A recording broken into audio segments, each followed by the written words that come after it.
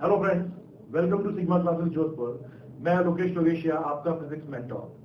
Guys, हम बात कर रहे हैं बेटा यूनिट एंड मेजरमेंट चैप्टर की, जिसके अंदर हमने लास्ट प्रीवियस लेक्चर के अंदर लेक्चर नंबर 3 के अंदर डायमेंशंस ऑफ फिजिकल क्वांटिटी के बारे में बात की थी। तो अब तक आपको वो लेक्चर देखने के बाद में जो फिजिकल क्वांटिटीज है उनका डायमेंशनल फॉर्मूला कैसे बनाना है उसके बारे में जानकारी मिल चुकी होगी। तो आइए बच्चों, उसी सीक्वेंस में आगे चलते हैं और कुछ और इम्पोर्टेंट फिजिकल क्वांटिटीज, जो भी ऐसी फिजिकल क्वांटिटीज जो आपके 11 और 12 के अंदर, ठीक है, 11th और 12 के अंदर आपको फिजिक्स में काम आने वाली है, उनके डायमेंशनल फॉर्मूले के बारे में बात करते हैं। कैसे उनका डायमेंशनल फॉर्मूला बनेगा, डायमेंशन फॉर्मूला बनाने के लिए कौन कौन से उनके रिलेशन और इक्वेशन या फॉर्मूले हमें याद रखने की जरूरत है, उनके बारे में बात करते हैं। क्लियर है? चलिए, तो लास्ट हमने जो फॉर्मूला देखा था बच्चों, वो देखा था वर्क या एनर्जी का। उसी सीक्वेंस में हम नेक्स्ट बढ़ते हैं, तो बात करते हैं नेक्स्ट पावर की। किसकी बेटा? पावर की। पावर का जो फॉर्मूला होता है वो होता है वर्क पर यूनिट टाइम। आई थिंक आपको पता होगा पावर का फॉर्मूला क्या होता है, वर्क पर यूनिट टाइम। नाउ इसमें टाइम तो फंडामेंटल क्वांटिटी है, बट वर्क कैसी क्वांटिटी है? Derived physical quantity. ठीक है, तो या तो आप इसको क्या करें, फंडामेंटल क्वांटिटीज में ब्रेक करें, और अदरवाइज आपके पास में वर्क का डायरेक्ट डायमेंशन फॉर्मूला जैसे कि हमारे पास में होता है, तो मैं उसको यहाँ पर प्लेस कर देता हूँ, तो उससे भी ये सॉल्व हो जाएगा। अगर आप वर्क का डायमेंशन फॉर्मूला डायरेक्ट याद रख पाए तो बहुत ही अच्छी बात है, जो कि है m1L2T-2। प्रीवियस लेक्चर में आपने इसको बनाना सीख लिया है। और टाइम के लिए हमारे पास में क्या आ जाएगा बेटा? Only T1। जब ये T1 ऊपर चला जाएगा, ठीक है, तो ये क्या हो जाएगा? m1L2T-2 into T to the power -1। बोलिए, बात समझ में आएगी? और इसको सॉल्व करेंगे हम, तो ये हो जाएगा m1L2 फाइनली T-3, क्योंकि बेस सेम होंगे तो पावर ऐड हो जाएगी। -2 -4 ऐड होकर के हो जाएगा -3। ये आपके पावर का क्या बन जाएगा बेटा? Dimensional formula. और आगे बात करें तो डेंसिटी।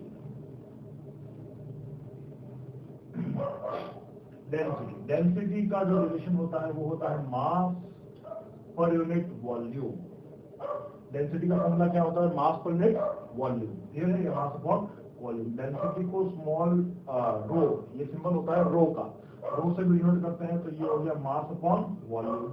मास दोबारा से कैसी क्वांटिटी है बेटा? फंडामेंटल क्वांटिटी है, तो इसके लिए तो सिर्फ इसका ही सिंबल आएगा m1। फंडामेंटल क्वांटिटी के लिए उनके ही अपने सिंबल यूज किए जाते हैं। वॉल्यूम के लिए क्या हो जाएगा? डायमेंशन फॉर्मूला है मेरे पास में, कितना है? L3। क्या डायरेक्ट लिख सकता हूं मैं? L3। आपको पता होगा कैसे आया ये। तो रो क्या हो जाएगा आपका? m1L-3, और T तो आया ही नहीं है, तो आप उसको नहीं भी लिखे तो भी चलेगा, और अगर लिखना चाहे तो उसकी पावर क्या ले लीजिए? 0, क्योंकि किसी क्वांटिटी की पावर 0 जो है वो आपको क्या रिलेशन देती है, क्या आंसर देती है? 1। ठीक है ना? तो इसको चाहे लिखें चाहे नहीं लिखें, इसे डजंट मैटर। नेक्स्ट में बात कर रहा हूं प्रेशर की। चलिए,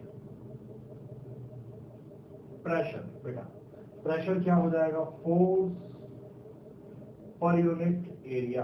प्रेशर का फॉर्मूला होता है फोर्स पर यूनिट एरिया। तो यहां से देखिए प्रेशर का डायमेंशन फॉर्मूला, प्रेशर का डायमेंशन फॉर्मूला हो जाएगा F/A। दोनों के डायमेंशन फॉर्मूला हमारे पास में है m1L1T-2। डायरेक्ट पुट करेंगे, एरिया का फॉर्मूला है L2। इसको जब आप सॉल्व करोगे तो आपके पास में आंसर क्या आएगा? m1L-1T-2। आई थिंक एरिया आएगा, सॉरी L, हाँ, L-1 T-2। ये हो जाएगा प्रेशर का रिलेशन। समझ में आ रहा है? L2 ऊपर जाएगा तो L-2 हो जाएगा, फिर जब आप मल्टीप्लाई करोगे तो जिन के बेस सेम होंगे उनकी पावर ऐड हो जाएगी, तो 1 - 2 ऐड होकर के क्या बनेगा? -1। क्लियर है यहाँ पर?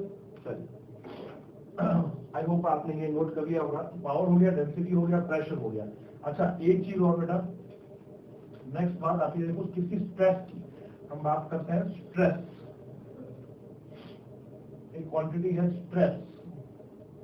स्ट्रेस जो होती है वो प्रेशर के इक्विवेलेंट ही होती है। इसको हम पढ़ेंगे 11th क्लास में, हमारा चैप्टर है, ठीक है ना, मैकेनिकल प्रॉपर्टीज ऑफ सॉलिड, उसके अंदर पढ़ेंगे स्ट्रेस या प्रेशर। तो ऑब्वियसली बात है, फॉर्मूला क्या? प्रेशर के इक्वल है, तो फॉर्मूला भी प्रेशर के इक्वल ही लगेगा, फोर्स अपॉन एरिया। इसका डायमेंशन फॉर्मूला भी आपके पास में सेम ही आएगा, जो कि प्रेशर का होता है। क्लियर है? नेक्स्ट इसी सीक्वेंस में मैं लिख रहा हूँ स्ट्रेन। स्ट्रेन एक क्वांटिटी होती है, आप पढ़ेंगे आगे जाकर के। फॉर्मूला अभी मैं बता देता हूँ, याद रखिए। ये होता है change in dimension upon original dimension. Strain का फॉर्मूला क्या होगा बेटा? Change in dimension upon original dimension. देख पा रहे हो आप? ठीक है ना। कहने का मतलब क्या है, जब हम किसी ऑब्जेक्ट पर फोर्स लगाते हैं या प्रेशर लगाते हैं तो उस प्रेशर से उसकी डायमेंशन चेंज हो जाती है। तो उसकी डायमेंशन का मतलब लेंथ हो गई, ब्रेड्थ हो गई, एरिया हो गया, वॉल्यूम हो गया, कुछ भी सब में चेंज आता है ना। तो कितना चेंज है? जैसे मैं लेंथ की बात करूँ, एक रॉड की बात करूँ, अगर रॉड की लेंथ मान लीजिए एल है, मैंने उसको प्रेशर करके खींचा तो उसकी लेंथ जो है वो चेंज हो गई। तो हमें ऊपर क्या लिखना है? Change in dimension. Change in length हो जाएगा delta L upon original length होगी एल। तो अगर आप चेंज इन लेंथ लिखेंगे तो वो भी मीटर या सेंटीमीटर में आएगी, और अपन ओरिजिनल लेंथ लिखेंगे तो वो भी किस में आएगी बेटा? मीटर या सेंटीमीटर में। तो यहाँ पर जो डायमेंशन हो जाएगा वो हो जाएगा L1 अपॉन L1। अगर ये ऊपर गया तो आपको दिख रहा होगा कि इसकी डायमेंशन 0 हो जाएगी, और M और T तो आए ही नहीं है। तो ऊपर और नीचे सेम टाइप की क्वांटिटी होने की वजह से, ऊपर और नीचे सेम टाइप की क्वांटिटी होने की वजह से, अगर आप किसी मान लीजिए 2 डायमेंशन प्लेट क्या स्ट्रेन डेवलप फाइंड कर रहे हैं तो उसमें आएगा delta A upon A, change in area upon area, तब भी ऊपर metre square upon metre square. अगर आप कोई सॉलिड स्पेयर की बात कर रहे हैं, ठीक है, तो ऊपर आ जाएगा delta V upon original V volume, तब भी metre cube upon metre cube. तो डायमेंशन जो है वो कैंसिल हो जाएगी। क्या हो जाएगी बेटा? कैंसिल हो जाएगी। और आपके पास में डायमेंशन इसकी फाइनली क्या आएगी? M0 L0 T0। तो ऐसे क्वांटिटी को हम क्या बोलेंगे? Dimension less physical quantity. तो यहाँ पर जो स्ट्रेन है, ये याद रखने वाली बात है बेटा, याद रखें इसको। स्ट्रेन जो होती है वो क्या होती है बेटा? Dimension less physical quantity. मतलब स्ट्रेन की यूनिट तो होती है, स्ट्रेन का फॉर्मूला भी होता है, बट स्ट्रेन की कोई डायमेंशन नहीं होती। यहाँ से हमें मालूम पड़ता है that strain is a dimension less physical quantity. बात समझ में आई? नोट करें बेटा प्लीज। चलिए, स्ट्रेन हो गया यहाँ पर, तो हम आगे बढ़ते हैं और बात करते हैं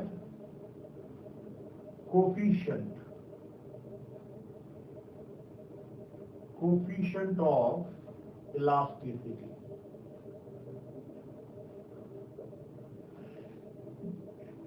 कोफिशिएंट ऑफ इलास्टिसिटी क्लियर है? कोफिशिएंट ऑफ इलास्टिसिटी जो होता है उसको ई से डिनोट करते हैं, और ये क्या होता है? इसका फॉर्मूला होता है ratio of stress to strain, stress upon strain. फॉर्मूले याद रखने हैं आपको, ये आपके आगे जैसे जैसे आप पढ़ोगे चैप्टर्स उसमें कवर होते चले जाएंगे, लेकिन अभी क्योंकि हम स्टार्ट कर रहे हैं तो फॉर्मूला मैं आपको लिखवा रहा हूँ और आपको याद रखने रहेंगे। ठीक है बेटा? तो कोफिशिएंट ऑफ इलास्टिसिटी आपका हो जाएगा स्ट्रेस अपॉन स्ट्रेन। अब देखिए, स्ट्रेन की तो कोई डायमेंशन है नहीं, और स्ट्रेस की डायमेंशन है कितनी है? हमने बना के रखी हुई है M1 L-1 T-2 अपॉन में M0 L0 T0। क्लियर है? तो अगर ये ऊपर भी जाएगा तो भी आपकी डायमेंशन में कोई चेंज नहीं आएगा। कोफिशिएंट ऑफ इलास्टिसिटी की डायमेंशन जो होती है बेटा, वो किसके इक्वल होती है? वो स्ट्रेस के डायमेंशन के इक्वल ही होती है। क्लियर है? मतलब कर दूं मैं इसको। कोफिशिएंट ऑफ इलास्टिसिटी के 3 टाइप्स भी होते हैं। आप जब पढ़ेंगे तो आपको मालूम पड़ेगा। कोफिशिएंट ऑफ इलास्टिसिटी के 3 टाइप्स होते हैं। मैं लिख रहा हूं यहां पर, types of coefficient of elasticity. Coefficient of elasticity के जो टाइप्स होते हैं बेटा, ठीक है, ये 3 टाइप्स होते हैं। पहला होता है Young's modulus, Young's modulus of elasticity, Young's modulus of elasticity, इसको y से रिप्रेजेंट करते हैं। दूसरा होता है बल्क मॉड्यूलस ऑफ इलास्टिसिटी, इसे k से रिप्रेजेंट करते हैं। और तीसरा होता है shear modulus, shear modulus. Clear है? इसको नीटा से रिप्रेजेंट करते हैं। नीटा एन को थोड़ा सा ठीक है मोल्ड कर दीजिए तो नीटा हो जाएगा। ये 3 टाइप्स होते हैं किसके? कोफिशिएंट ऑफ इलास्टिसिटी के। Young modulus of elasticity, bulk modulus of elasticity and shear modulus of elasticity. इन तीनों में से कोई भी टाइप का डायमेंशन फॉर्मूला अगर आपसे पूछ लिया जाए तो इन तीनों का डायमेंशन फॉर्मूला जो है वो कोफिशिएंट ऑफ इलास्टिसिटी वाला ही होगा। याद रखिएगा तीनों का डायमेंशन फॉर्मूला सेम आएगा। क्या आएगा? m1 l-1 t-2। याद रखना है, ध्यान रखना है आपको। क्लियर है? चलिए आगे बढ़ते हैं। एक और इंपॉर्टेंट रिलेशन की बात करते हैं हम।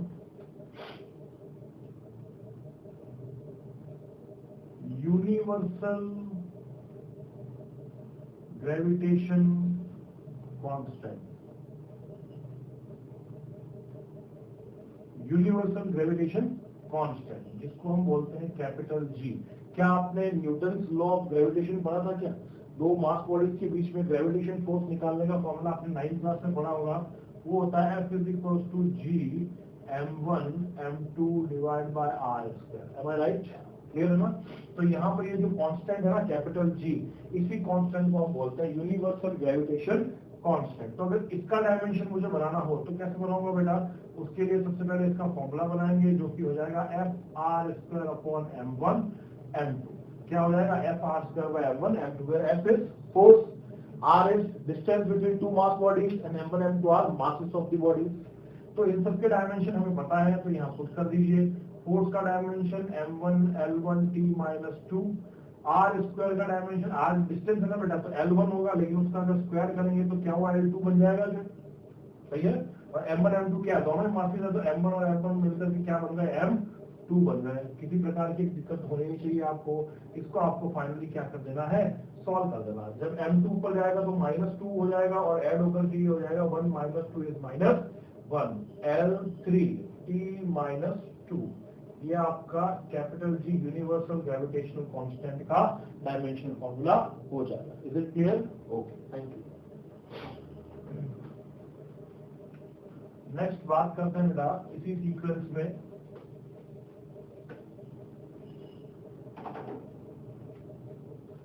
Coefficient of viscosity.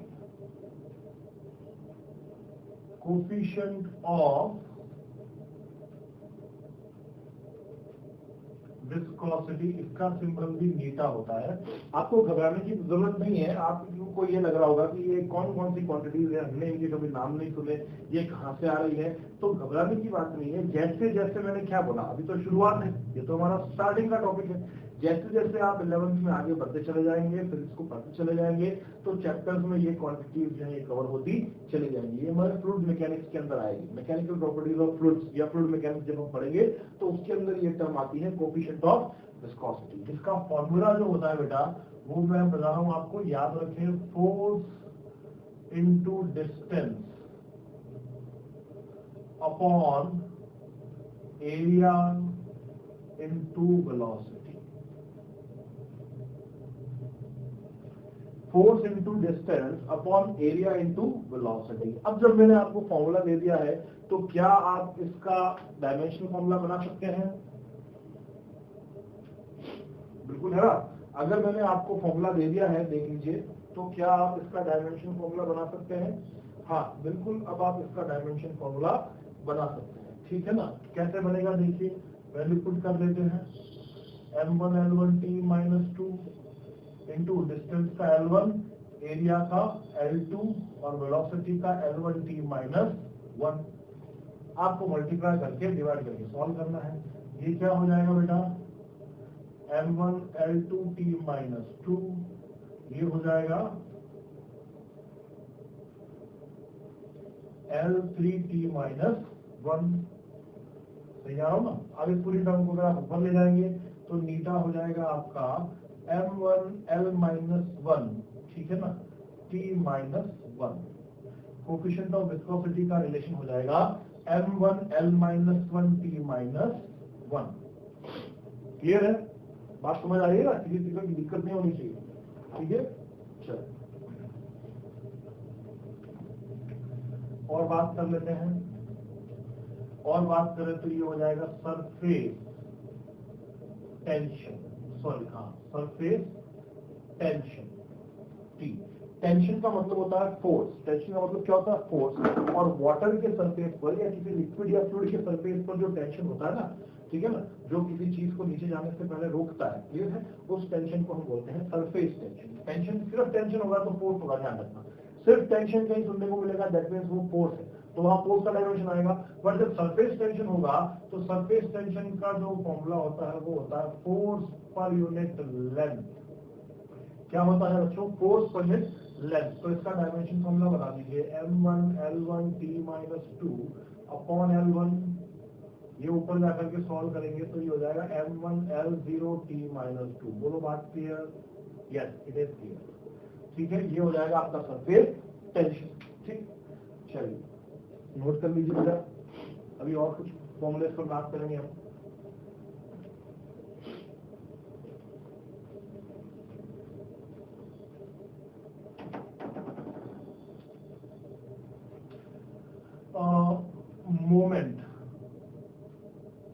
Moment of inertia, इसको आप रोटेशनल मोशन के अंदर पढ़ते हैं, moment of inertia. Moment of inertia जो होता है वो होता है आई, फॉर्मूला होता है मास इनटू रेडियस का स्क्वायर, मास इनटू रेडियस का स्क्वायर, ठीक है। तो ये क्या हो जाएगा, mr स्क्वायर, रेडियस लिखो या फिर डिस्टेंस भी लिख सकते हो,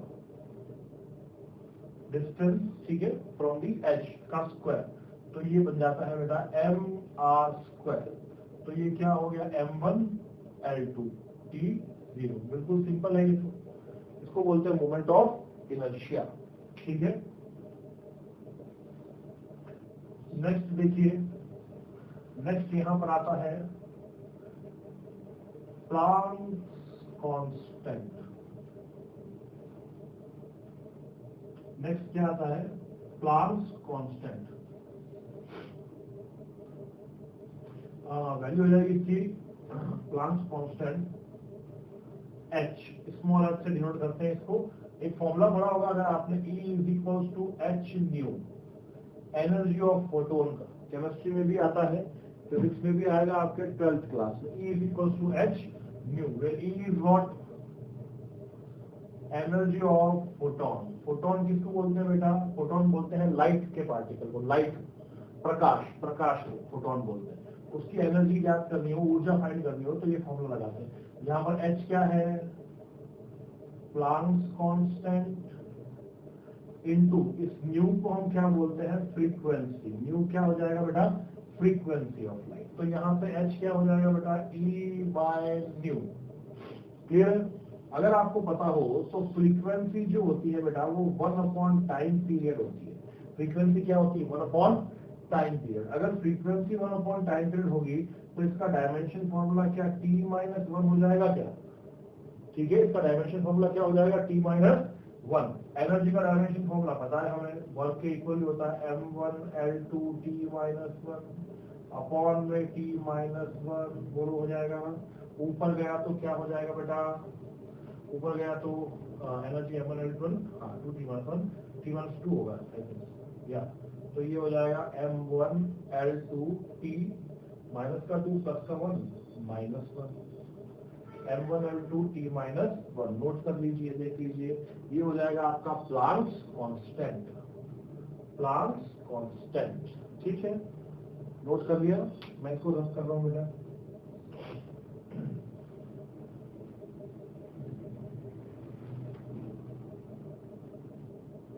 चलिए कुछ और फॉर्मूला देखते हैं।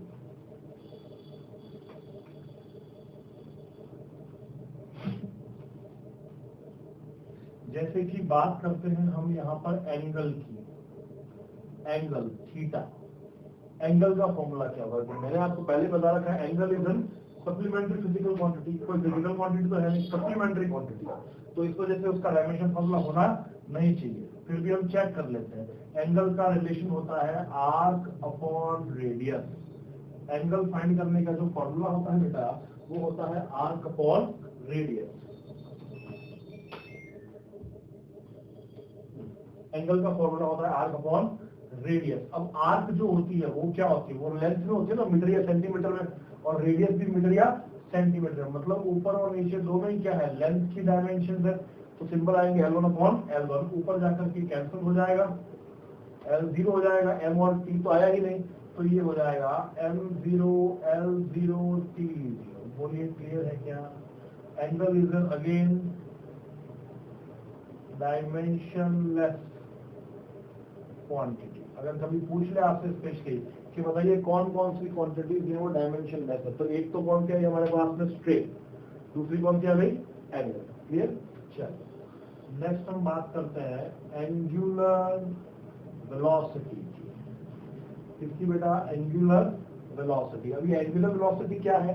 एंगुलर वेलोसिटी हम तब पढ़ते हैं जब हम सर्कुलर मोशन की स्टडी करते हैं। किसकी स्टडी करते हैं? सर्कुलर मोशन की। जब कोई पार्टिकल एक फिक्स सर्कुलर पाथ में क्या कर रहा हो, मूव कर रहा होता है या रिवॉल्व कर रहा होता है, तो वहां पर जो उसकी वेलोसिटी कैलकुलेट की जाती है वो कैलकुलेट की जाती है बाय सर्कुलर, वो कहलाती है एंगुलर वेलोसिटी। या एंगुलर वेलोसिटी पहले एक काम करते हैं, एंगुलर डिस्प्लेसमेंट की बात कर लेते हैं। एंगुलर डिस्प्लेसमेंट जो होता है वो थीटा ही होता है। थीटा कहने का मतलब कैसे? मान लीजिए ये आपका कोई सर्कुलर पाथ है, कोई पार्टिकल इस पॉइंट ए से अपना मोशन शुरू करता है और पॉइंट बी तक जाता है।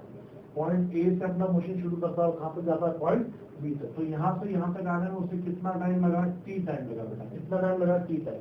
तो उसने जो डिस्प्लेसमेंट कवर किया है अपनी इनिशियल एक्सिस से, जब वो यहाँ बी पॉइंट तक पहुंचेगा तो वो क्या करेगा? थीटा एक एंगल बनाएगा। क्या एंगल बनाएगा? अपनी इनिशियल एक्सिस से वो एंगल बनाते चला जाएगा, और आगे जाएगा तो और एंगल बनाएगा। यहाँ पहुंचेगा सी पॉइंट पर तो ये एंगल बनाएगा, यहाँ पहुंचेगा डी एंगल पर, डी पॉइंट पर तो ये एंगल बनाएगा, ई पॉइंट पर पहुंचेगा तो ये एंगल बनाएगा, और ए पॉइंट पर पहुंच गया तो ये एंगल बनाएगा। समझ में आ रही बात? तो ये जो एंगल बना रहा है ना हर पॉइंट पर, ठीक है ना, जर्नी के अंदर अपनी इनिशियल एक्सिस साथ में, उस एंगल को हम बोलते हैं एंगुलर डिस्प्लेसमेंट।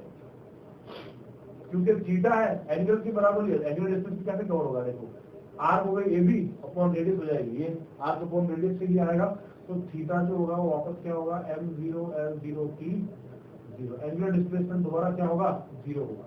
नेक्स्ट अगर मैं बात करूं एंगुलर वेलोसिटी, इसी टर्म में सर्कुलर मोशन में वेलोसिटी को हम बोलते हैं एंगुलर वेलोसिटी। तो इसका जो फॉर्मूला होता है वो होता है theta upon T. Theta upon T का मतलब क्या? एंगुलर डिस्प्लेसमेंट पर यूनिट टाइम। नॉर्मल वेलोसिटी के फॉर्मूले की तरह ये नॉर्मल वेलोसिटी या लीनियर वेलोसिटी का फॉर्मूला क्या होगा? Displacement upon time. यहाँ पर एंगुलर वेलोसिटी का फॉर्मूला क्या हो जाता है बेटा? Angular displacement upon time. तो एंगुलर डिस्प्लेसमेंट तो क्या हो गया बेटा? थीटा 0 हो गया, M0 L0 T0 अपॉन में टाइम हो गया आपका T1। तो फॉर्मूला बन जाएगा M0 L0 T-1। फॉर्मूला क्या बन जाएगा? M0 L0 T-1। ये हो जाएगा आपका एंगुलर वेलोसिटी। देख लीजिए आप, आई होप समझ में आएगा। इसी तरह से बात करने से बेटा एंगुलर एक्सेलरेशन, सर्कुलर मोशन में ही एक्सेलरेशन जो होता है उसको एंगुलर एक्सेलरेशन बोलते हैं, और अल्फा से डिनोट करते हैं। किससे डिनोट करते हैं? अल्फा से। एंगुलर एक्सेलरेशन का formula angular velocity per unit time. Angular acceleration का formula angular velocity per unit time. Angular velocity मतलब ओमेगा अपॉन टी। ओमेगा क्या फॉर्मूला क्या है? T-1 अपॉन में ये T1। सही जा रहा हूं? तो ये हो जाएगा M0 L0 T-2। ये हो जाएगा बेटा M0 L0 T-2। ये हो जाएगा आपका एंगुलर एक्सेलरेशन का डायमेंशन फॉर्मूला। एंगुलर एक्सेलरेशन का डायमेंशन फॉर्मूला नोट कीजिए प्लीज बेटा जल्दी से। ठीक है, should I repeat? Okay.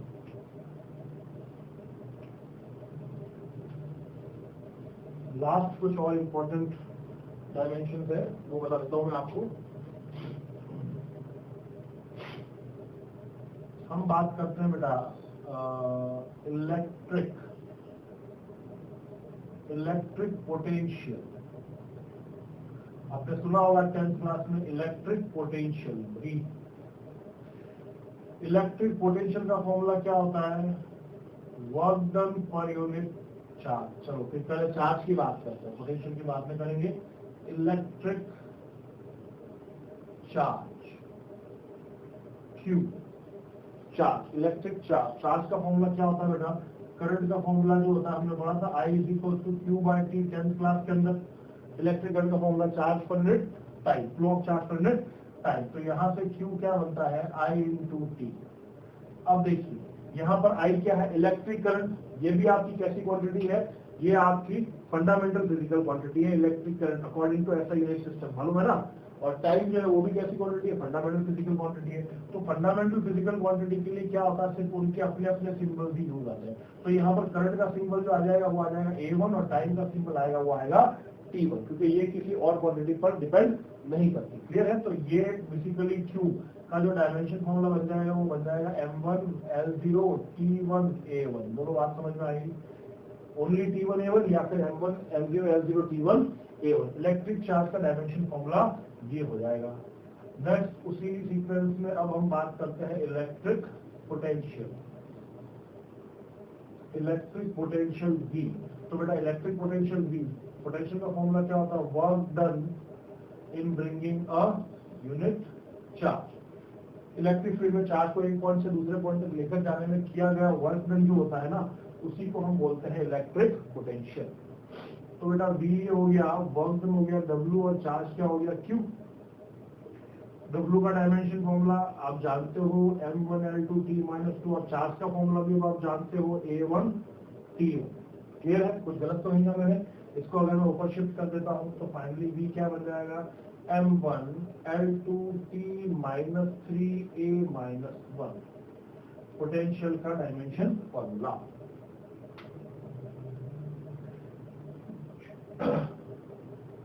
Clear है बेटा सबको? चलिए okay. Now last but not the least, इसके अलावा भी काफी सारी फिजिकल क्वांटिटीज है, लेकिन जनरली जो हमें काम आने वाली है ना, लगभग वो सारी फिजिकल क्वांटिटीज के डायमेंशन फॉर्मूले मैंने आपको यहाँ पर नोट करवा दिए। उसके अलावा जैसे जैसे हम आगे पढ़ते जाएंगे, ठीक है, नई नई फिजिकल क्वांटिटीज इंट्रोड्यूस होती जाएगी और उनके साथ साथ हम उनके डायमेंशन फॉर्मूला भी नोट करते चले जाएंगे। ठीक है, चलिए नेक्स्ट आता है इलेक्ट्रिक रेजिस्टेंस। तो ये भी आप कैलकुलेट कर लेंगे। Electric resistance R according to Ohm's law, formula क्या बनेगा बेटा? V/I। ओम्स लॉ के अकॉर्डिंग फॉर्मूला V/I, मतलब पोटेंशियल अपॉन करंट,